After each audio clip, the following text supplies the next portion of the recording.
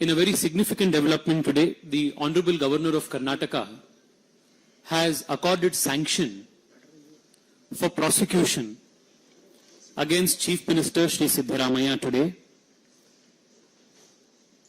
regarding the allegations that he is facing in the Muda scam.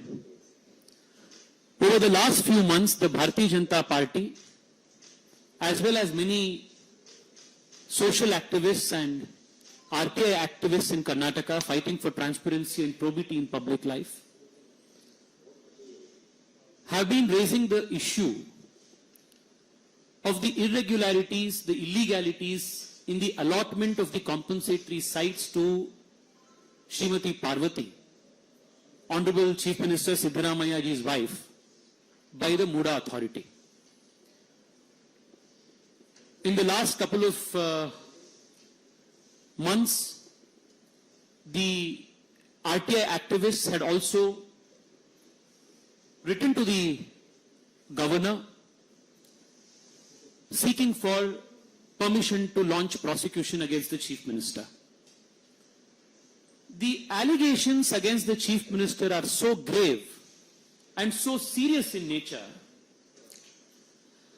that the government of Karnataka, under the leadership of Chief Minister Siddaramaiah itself, appointed earlier a single-man inquiry commission headed by a former retired IAS officer, and a couple of weeks later the Chief Minister and the Karnataka government also appointed another commission to inquire into these allegations, headed by a former judge of the Karnataka High Court.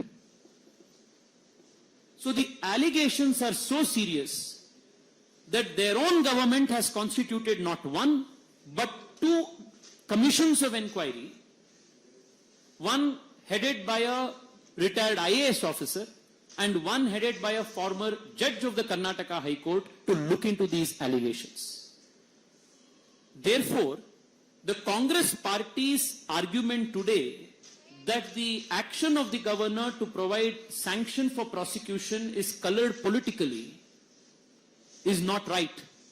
It falls on fallacious grounds, because the government itself, the Karnataka government itself at the highest levels, was convinced that there is some kind of irregularities, is why they had appointed two commissions to look into these allegations. Sambitji has spoken briefly about what these allegations are. For the benefit of the public at large, I would want to very briefly, succinctly say what this allegation is. In 1992, 3 acres, 16 guntas of land in this village called Kesare, near Mysuru, belonging to one Shri Ninga, was preliminarily acquired for making of a layout. In 1997, the final notification was made. Chief Minister at that time, the Deputy Chief Minister at that time was Siddaramaiah.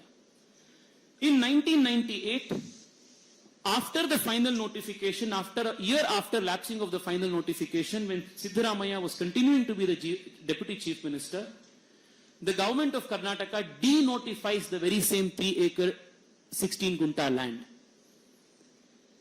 In 2003, when Congress government was in power,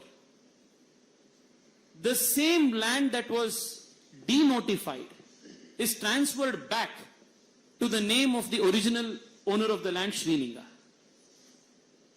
In 2004, by which time the layout was already formed, Siddaramaiah's son-in-law, Mallikarjun, purchases the land, the said 3 acre, 16 gunta land, from this original landowner after the denotification. The point to be remembered here is at the time of the preliminary notification, at the time of the secondary notification, and at the time of the denotification, it was Siddaramaiah who was the Deputy Chief Minister. And after the land is purchased by his son-in-law, the same 3 acre 16 gunta of land, through a gift deed, is registered in the name of Srimati Parvati, who is Mr. Mallikarjun's sister, that is Siddaramaiah's wife. And thereafter, they apply for compensation to Muda. And while other allottees, other landowners whose lands were acquired adjacent to this particular land are allotted sites in not so upmarket locations, in only the case of Srimati Parvati, because she happens to be the Chief Minister's wife, 14 sites are allotted in the most upmarket, most expensive area of Mysuru, in lieu of the sites that were in lieu of the 3 acre 16 gunta land that was acquired.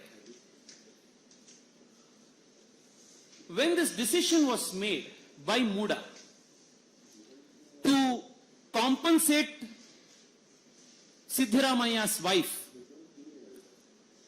by providing 14 sites in an upmarket locality, Siddaramaya's son, Mr. Yatindra, was the MLA from Mysuru and was also a member of the Muda Council, and he was part of the meeting when this decision was taken. When Siddaramaya was the Deputy Chief Minister, the land was denotified. When he was the Chief Minister, the son-in-law purchases the land and through a gift deed gives it to his wife.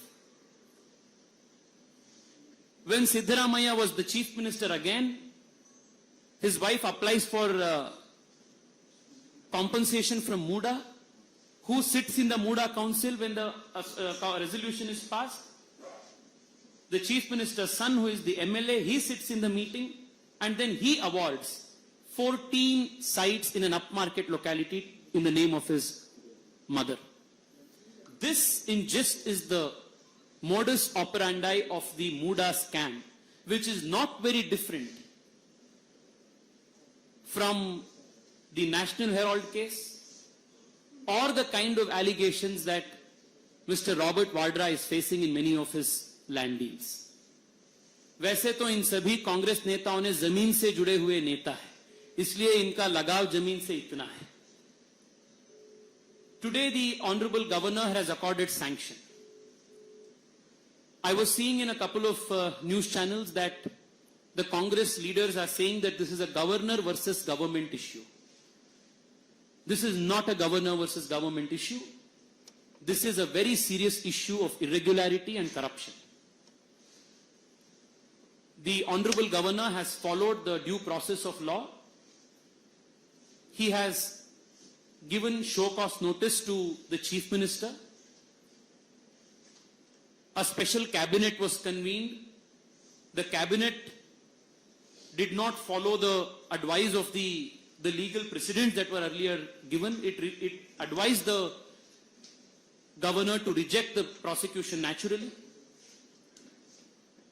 The governor goes through the seriousness of the allegations, the nature of the complaint, and upon perusal of all of these things, and after due consideration of the judgments that the Supreme Court in such similar instances has given multiple times, has accorded the prosecution in this case. The Bharatiya Janata Party, Karnataka, has been demanding the resignation of Chief Minister Siddaramaya in this very serious corruption matter. Now that the sanction has been provided, the criminal law has been set into motion. It is only natural that for an impartial probe, an independent probe, investigating agencies that report to Siddaramaya as Chief Minister cannot be expected to function in a free and independent manner if they continue to report to him as Chief Minister. So in the interest of justice, in the interest of truth coming out, Chief Minister Siddaramaya must take moral responsibility and forthwith resign from the position of the Chief Minister of Karnataka and make way for an impartial and independent probe. Thank you so much.